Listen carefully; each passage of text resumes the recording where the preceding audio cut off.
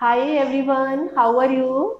Welcome to my channel Krishna Institute of Law. Today I will give you lecture on strict construction of penal statute. तो आज हम आपको बताएंगे penal statute को हम कैसे जो है इंटरप्रेट करते हैं. तो before we go further, first we should know what are penal statute.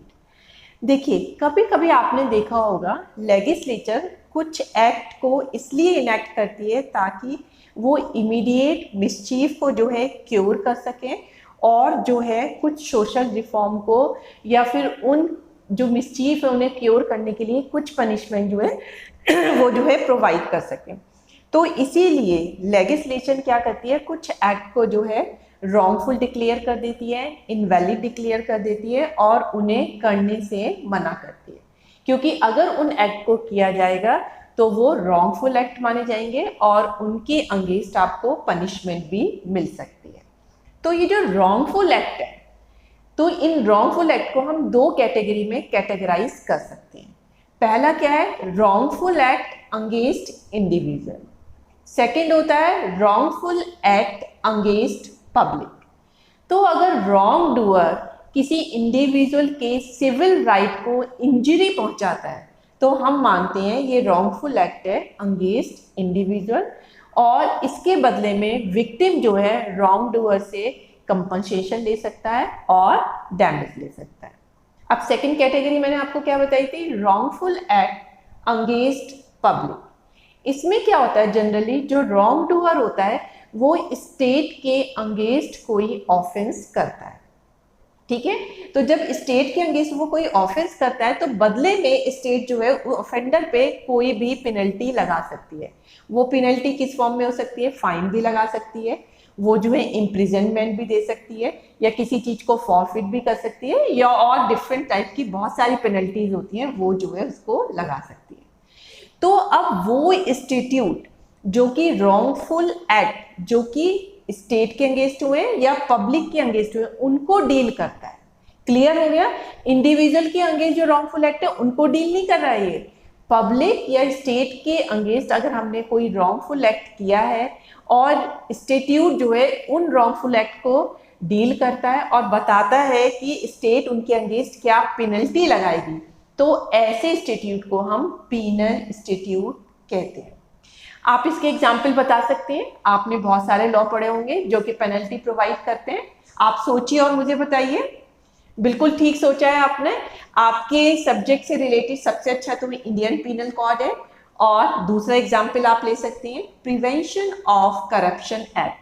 तो आप देखते हैं कि इंडियन पीनल कोड और prevention of corruption act are very classic example of penal institute. तो जब भी एक्ट कोई ऑफेंस के बारे में बताता है और उसके लिए कोई पेनल्टी बताता है अगर उस ऑफेंस को करता है या उस जो फॉरबिड वर्क है उसको जो है वो करता है, तो ऐसे केसेस में जब हम उनका इंटरप्रिटेशन करेंगे तो हम बिल्कुल स्ट्रिक्ट कंस्ट्रक्शन उनका लेंगे. तो इसमें पीनल इंस्टीट्यूट को इंटरप्रेट करते समय हमें कुछ चीज़ों का ध्यान में रखना चाहिए. तो जिन चीज़ों को हमें ध्यान में रखना चाहिए वही इसके प्रिंसिपल कहलाते हैं. तो अब देखिए इसके कौन कौन से प्रिंसिपल होते हैं जिनका हमें ध्यान रखना चाहिए when we are doing strict construction of penal institute. सबसे पहला प्रिंसिपल कहता है court can not strain the words on any notion. देखिए, अगर पीनल इंस्टीट्यूट के किसी वर्ड से हमें ये पता चलता है कि इस व्यक्ति ने ये ऑफेंस किया है, प्लेन वर्ड से, ठीक है, उसके प्लेन मीनिंग से हमें पता चलता है ये ऑफेंस है, तो हम मानेंगे कि उस व्यक्ति ने ये ऑफेंस किया है. हम अपनी तरफ से ऐसा कोई नोशन नहीं ले सकते, हम उस वर्ड को कोई एक्सटेंडेड मीनिंग नहीं दे सकते. हम ये नहीं सोचते कि यहाँ पे जो है जो लेजिस्लेचर है उसने कोई स्लिप ऑफ वर्ड कर दिया होगा कि जिसकी वजह से ये ऑफेंस नहीं है. तो अगर क्लियर वर्ड से ये निकल के आ रहा है कि ये ऑफेंस है तो इट मीन्स हम उसे ऑफेंस ही मानेंगे. नेक्स्ट है construction favourable to accused must be preferred. देखिए, जब हम पेनल इंस्टीट्यूट को इंटरप्रेट कर रहे हैं और उससे दो इंटरप्रिटेशन निकल के आ रहे हैं, एक तो जो है एक्यूज्ड की फेवर में जा रहा है और एक एक्यूज्ड के डिसफेवर में जा रहा है, तो कोर्ट उस इंटरप्रिटेशन को लेगी जो एक्यूज्ड के फेवर में जा रहा है. नेक्स्ट है आपका purpose of the institute must be kept in view. जब भी हम जो कोर्ट है आपका इंटरप्रेट करता है तो उसे इस इंस्टीट्यूट के पर्पस को जरूर ध्यान में रखना चाहिए कि वो किस मिसचीफ को दूर करने के लिए बनाया गया था, उस इंस्टीट्यूट को पास करते समय लेजिस्लेचर की ट्रू इंटेंशन क्या थी। नेक्स्ट है mischief rule can be applied. देखिए इनका पीनल इंस्टीट्यूट को इंटरप्रेट करते समय अगर हमें कुछ और तरीके से हम अच्छे से इंटरप्रेट नहीं कर पा रहे हैं तो हमें मिसचीफ रूल को भी हम हेल्प ले सकते हैं, क्योंकि मिसचीफ रूल ये बताता है कि आपको जो मिसचीफ है उसे सप्रेस करना है और जो रेमेडी है उसे एडवांस करना है। ये केस जो था हाइडन केस में बताया गया था, तो आपको ध्यान रखना है कि पीनल इंस्टीट्यूट किस मिसचीफ को तो सप्रेस कर रहा है और किस रेमेडी को दे रहा है, उसी हिसाब से हमें इसका इंटरप्रेट करना चाहिए। फिर नेक्स्ट है common sense approach may be taken if necessary. अगर कोर्ट किसी भी वर्ड को इंटरप्रेट कर रहा है तो उस वर्ड को इंटरप्रेट करते समय वो अपनी कॉमन सेंस का भी यूज कर सकते हैं। ये इस केस में बताया गया था, इससे आपको बिल्कुल क्लियर हो जाएगा। ये केस था आपका state of Andhra Pradesh versus बाटू प्रकाश रॉय। कौन सा केस था ये? State of Andhra Pradesh versus बाटू प्रकाश रॉय। इस केस में क्वेश्चन आया कि आपका जो राइस होता है और एक ब्रोकन राइस होता है, क्या ये दोनों अलग अलग चीजें हैं या एक चीज है? तो बताया गया कि हम कॉमन सेंस से देखते हैं कि जो हम खिचड़ी में या फिर कोई हम उसमें खीर बनाने में यूज करते हैं वो जनरली ब्रोकन राइस होता है। तो ब्रोकन राइस और राइस में डिफरेंस होता है और हम ब्रोकन राइस उसी को ले सकते हैं जिस राइस में 50% राइस जो है ब्रोकन हो। तो कॉमन सेंस, अगर थोड़े से बहुत सारे चावल हैं आपके पास, उसमें से बहुत थोड़े से चावल आपके ब्रोकन है तो फिर आप उसे ब्रोकन राइस उसको नहीं मान सकते। अगर 50% या उससे ज़्यादा चावल आपके ब्रोकन है फिर आप उसको कैटेगराइज करोगे ब्रोकन राइस की तरह। नेक्स्ट इसका प्रिंसिपल कहता है कि application of language to development in science and technology permitted, कि अगर कोई साइंस या टेक्नोलॉजी में कोई नया डेवलपमेंट आया है तो आप उस डेवलपमेंट को भी इंटरप्रिटेशन करते समय आप उसको अप्लाई कर सकते हो। ये बहुत अच्छे से बताया गया था आर वर्सेस आयरलैंड। देखिए जो आपका इंडियन पेनल कोड है वो आपको असॉल्ट और बॉडीली हार्म को बताता है। तो उसमें जनरली हमें बताया जाता है कि अगर फिजिकल बॉडी से जो है कोई भी चीज़ टच करती है या हम अटैम्प्ट करते हैं तो वो आपका असॉल्ट होता है। जब वो चीज़ टच कर लेती है तो हम उसे बैटरी मानते हैं। तो हमने पत्थर दिखाया तो वो असॉल्ट, और पत्थर उसको मार भी दिया तो वो बैटरी बन जाती है। लेकिन अब आपकी जो नए साइंस और टेक्नोलॉजी के डेवलपमेंट हुए हैं तो वो बताते हैं फिजिकल इंजरी के साथ साथ मेंटल इंजरी भी आपका इम्पॉर्टेंट पार्ट होता है बॉडीली हार्म का।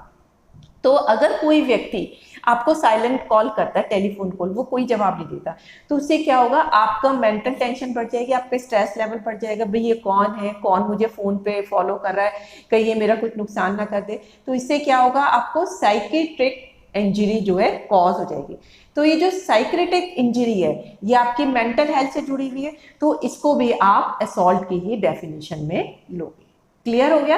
तो पहले फिजिकल उसको मानते थे, लेकिन अब जो मेंटल प्रॉब्लम होती है उसको भी आप मानते हो कि ये भी फिजिकल पार्ट की तरह और ये भी बॉडी से लिंक करती है। अब इसमें दो बड़े फेमस केस हुए थे strict construction of penal institute में, एक ली वर्सेस स्नैप का और एक था आपका रॉलैंड वर्सेस हैमिल्टन का। तो सबसे पहले मैं आपको बताऊंगी ली वर्सेस स्नैप। इस केस में क्या हुआ, एक व्यक्ति ने अपने ऑफिस के बाहर गाड़ी पार्क करी और वो ऑफिस में चला गया। तभी उसकी खड़ी गाड़ी से जो है, क्योंकि उसने सड़क के भी मतलब सड़क भी कर दी थी, तो किसी और गाड़ी उससे टकरा गई और दूसरी व्हीकल का काफ़ी डैमेज हो गया। तो उस वक्त जो था, जो ट्रैफिक एक्ट कहता था कि अगर किसी की खड़ी गाड़ी से जो सड़क पे है उससे कोई और व्हीकल टकरा जाती है तो उसकी ड्राइवर को वहाँ पे रुकना पड़ेगा, ही हैज़ टू स्टॉप। अब जिसकी वो गाड़ी होती है, जिसने कार पार्क करी होती है, वो आता है, एक्सीडेंट को देखता है, 1 सेकंड के लिए रुक के फिर अपनी गाड़ी में बैठ के चला जाता है। अब जब उस पर केस चलता है कि वो इसने स्टॉप क्यों नहीं किया, उसने कहा मैंने स्टॉप किया तो था, स्टॉप का मीनिंग है रुकना, मैं रुका, मैंने देखा एक्सीडेंट हुआ, मैं चल दिया। तो उन्होंने कहा वहाँ पे स्टॉप का मतलब ये नहीं है कि आपको मोमेंटरी रुकना है, स्टॉप इसलिए कहा गया था ताकि आप जो अथॉरिटीज़ हैं वो आपका नेम ले सकें, एड्रेस ले सकें, ताकि पता चल सके, आपको लोकेट कर सकें। तो आपको कुछ एसेंशियल इन्फॉर्मेशन देनी थी क्योंकि आपकी कार से दूसरी कार को डैमेज पहुंची है। तो स्टॉप का लिटरल मीनिंग आपको ये नहीं लेना कि सिर्फ रुकना है, चाहे वो 1 सेकंड के लिए रुके या 10 सेकंड के लिए। इट मीन्स आपको एक रीजनेबल टाइम तक रुकना था जिसमें आपको जो है कंसर्न अथॉरिटी को अपना नेम, एड्रेस, ये सब चीज़ें इंफॉर्मेशन देनी थी। तो इस तरीके से इस पैनल इंस्टीट्यूट को उन्होंने इंटरप्ट किया। अब आपका नेक्स्ट केस है, ये भी बहुत अच्छा केस है, रॉलिन वर्सेस हैमिल्टन का। कौन सा केस है ये? रॉलिन वर्सेस हैमिल्टन का। इस केस में क्या हुआ कि जो रोड सेफ्टी एक्ट था आपका 1967, तो रोड सेफ्टी एक्ट 1967 का जो सेक्शन 1 था वो ये बताता था अगर किसी गाड़ी का ड्राइवर अल्कोहल पी के ड्राइव करता है और उससे वो कोई एक्सीडेंट कर देता है तो वो जो है ऑफेंस माना जाएगा। बल्कि अगर उसने जो अल्कोहल ली है उसका जब ब्लड टेस्ट किया जाता है और वो प्रिस्क्राइब लिमिट से ज़्यादा निकलती है तो वो ऑफेंस माना जाएगा, भले एक्सीडेंट हुआ हो या नहीं हुआ। तो इस केस में क्या था, जो एक्यूज था उसने पहले अल्कोहल लिया और उसके बाद फिर उसने थोड़ा लिया, फिर उसकी गाड़ी से किसी का एक्सीडेंट हो गया। एक्सीडेंट के बाद वो एक पब्लिक हाउस में जाके 3 पैग विस्की के ले लेता है। अब जो पुलिस अथॉरिटी होती है फिर उसका ब्लड टेस्ट कराती है। अब ब्लड टेस्ट में क्या होता है, क्योंकि उसने विस्की के पैग ले लिए एक्सीडेंट के बाद, तो जिसकी वजह से प्रिस्क्राइब लिमिट से ज़्यादा उसकी जो है अल्कोहल लेवल निकलता है। तो वो कहता है ये विस्की का लेवल तो मैंने एक्सीडेंट करने के बाद लिया है। तो उन्होंने कहा कि ये जो एक्ट है वो ये कहता है कि अगर हम जब भी आपका ब्लड टेस्ट लेंगे ड्राइविंग करते हो और उस वक्त आपका प्रिस्क्राइब लिमिट से ज़्यादा आया अल्कोहल, तो आपने ऑफेंस किया है। अब आपने चाहे एक्सीडेंट से पहले किया है या एक्सीडेंट से बाद में किया है, हम तो सिर्फ ब्लड टेस्ट देख के ही आपको पता चला सकते हैं। तो ब्लड टेस्ट में आपका अल्कोहल लेवल ज़्यादा आ रहा है, तो इट इज़ इमैटेरियल कि आपने कब विस्की पी कब नहीं पी। हमने तो जब आपका ब्लड टेस्ट लिया तब आपका अल्कोहल लिमिट ज़्यादा है, तो इट मीन्स आपने ऑफेंस किया है।